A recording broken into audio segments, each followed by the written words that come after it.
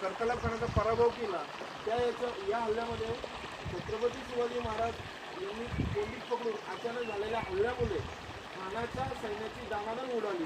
खानास माघार घ्यावी लागली.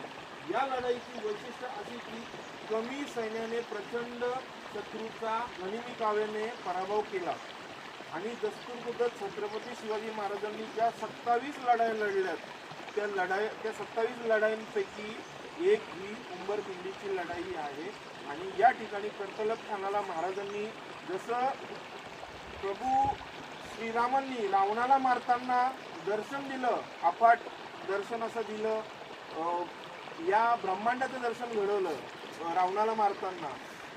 विष्णूचा अवतार म्हणून जसं अवतार विष्णूने दाखवला तसाच महाराजांनी सुद्धा कर्तलप खानाला ज्यावेळेस नमवलं त्यावेळेस महाराजांचं क्षत्रिय हे रूप त्या कर्तलप खानाला महाराजांनी दाखवलं. त्याचं हे स्मारक इथे उभं केलेलं आहे पराक्रमाचं. महाराजांच्या हातामध्ये तलवार आहे, महाराज घोड्यावर बसलेले, महाराजांच्या वरती छत्र सुद्धा होतं आणि महाराजांच्या खांद्यामध्ये गांडीव आहे म्हणजे धनुष्य आहे.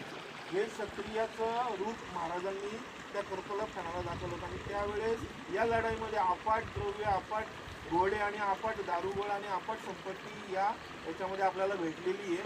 आणि कर्तलप खानाला महाराजांनी मारलं नाही, महाराज तो शरण आले त्यांना महाराजांनी त्याला सोडलं.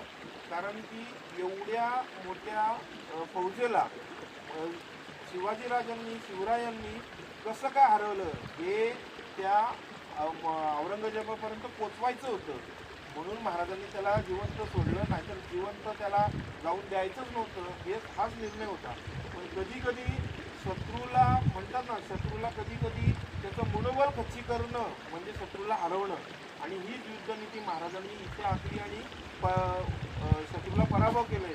आणि ही 27 लढाईंपैकी ही एक लढाई महाराजांनी जिंकली. बोला छत्रपती शिवाजी महाराज की छत्रपती श्री संभाजी महाराज की भारत माता की